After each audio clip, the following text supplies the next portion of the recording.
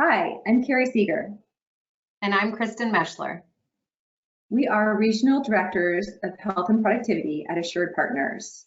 Our role is to work with our clients on wellness strategy. Today, we wanted to bring you a very short presentation on how to integrate movement during a time when your schedule may be different than normal. Please note in the bottom left-hand corner of every slide moving forward, we have a different exercise. Our challenge to you is to stand up during our presentation and do these exercises while we're speaking. It's just an example of a little way that you can integrate movement throughout the day. We will be talking about what exercise does for you. It's more than just weight loss, a lot more. We'll be talking about making time for movement. How do you schedule it in and get it done? Movement is free until it's not. And how to set yourself up for success.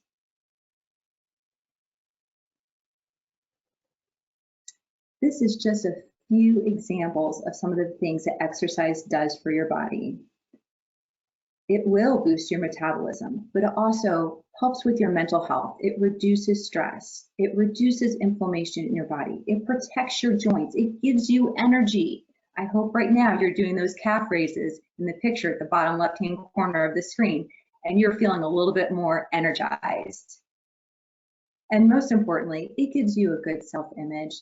Being strong and healthy will just make you feel good all over.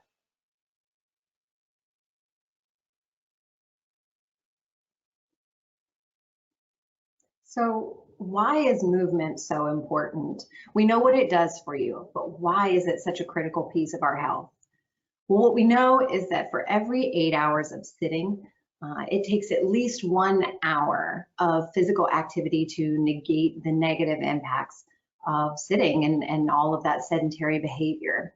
Now, don't fret, because if you're like me and you find it really difficult to find that 1 hour in your day to devote to yourself, to that physical activity, that's okay. It doesn't have to be a full hour. You can break it up into pieces, find times throughout your day where it works for you. And quite frankly, to Carrie's earlier points, I think when you involve more activity throughout the day, it actually makes you feel better. It gives you those nice bursts and breaks throughout your day to be more productive when you get back at it. So when we typically come up with a schedule for our day, we like to almost start backwards. So think about when you're going to go to bed, plan for that 7 to 8 hours each night of sleep, and then start breaking up that schedule. If you're a morning person, exercise right when you wake up. It's a great way to start out your day, get that boost of energy. Then you do your breakfast, your shower, get to work. If you're taking your lunch break, and we suggest that you always take a break, it's good to give yourself that space away from work. Why not get a walk in? It's a perfect time to get some movement in throughout your day. It gives you that boost of energy again, so you can get back to work and get through that afternoon slump that so often we feel when we've been sitting for hours at a time. Even then, you've got that late afternoon break. Rather than grabbing a snack, maybe grab, a walk instead. Early evening, do a little light stretching before bedtime. Repeat, repeat.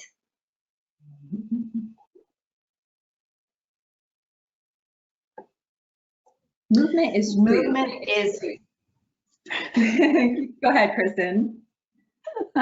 Movement is free. And as Carrie said earlier, until you don't use it. So we do have that asterisk there, and it's an important one because the fact is our bodies move naturally and they can do some really incredible things. But just like so many things in our life, if you don't use it, you might lose it. And so often do we see many people, who throughout their life maybe have been a little bit more sedentary, and then later in life start to see a loss of mobility because of it. So it's extremely important that, while we have that movement, we've got to protect it and we've got to use it so that we'll have it throughout our life and allow us to continue on with a life full of vitality. And there's lots of ways to do it. When we say free, for some people, they love going to the gym, and that's great. But especially right now when we may not be able to go to the gym, There's plenty of ways, low cost, no cost, that you can incorporate that movement throughout your day. So Carrie and I are big fans of YouTube. There's a ton of free, great quality workout videos that you can have access to. You've only got 5 minutes, there's plenty of 5-minute videos. You want to dig in for a full hour, there's plenty of those too. And it's everything from basic stretching to yoga to Pilates to weightlifting. Whatever it is that you enjoy doing, it's there, you can find it. Also, if you like walking and you want to use this time to get outside and do more, do that. You know, there's great ways if you're looking for that, you know, high intensity interval training, you can do that on a walk. You know, maybe you sort of track yourself, and when you get from one light post to another, tell yourself that you're going to speed it up so that you can increase that heart rate and get your blood pumping. And then see how long it takes you. Maybe over time you start tracking and you can see that that speed walk you're doing is getting faster and faster. It's important to really switch things up and try different activities, get different types of movement in so that you've got that muscle memory working with you instead of against you. But get creative, do things that you enjoy. You know, gosh, we've seen everything from weightlifting with soup cans to, you know, getting in a good stair workout, just running up and down the stairs in your house. It's a great way to do that. Or again, even using any of the activities that we've got in the left-hand corner of the screen, these are good go-tos. Use them. They're easy to do and they're very effective. Set yourself up for success. First and foremost, ditch all the ideas of a specialized diet. We may be at home a little bit more, eating a little bit more, and feeling that we're packing on the pounds, but it's not the time to start any kind of drastic diet change.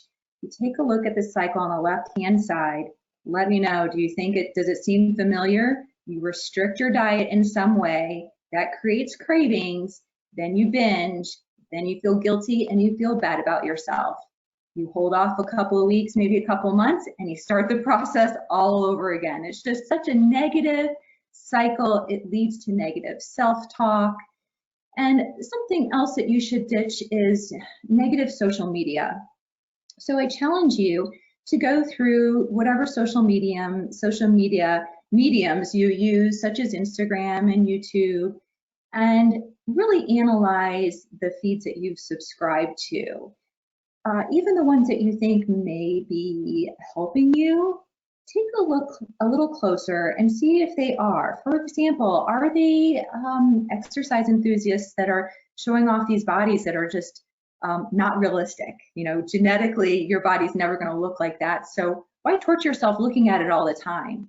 Find people to follow that are going to give you some positive energy to get up and do the things that are good for you. Kristen and I have listed a few of our favorites on the right-hand side of the screen. We encourage you to check it out. Some really positive people and sites to follow, as well as exercise videos. The Pluto Living is a funny series that's popped up since the coronavirus pandemic, and it always makes me chuckle. Kristen's a big fan of yoga, and she likes yoga with Adriene, and I love the Sydney Cummings workouts. She has some pretty tough ones in there.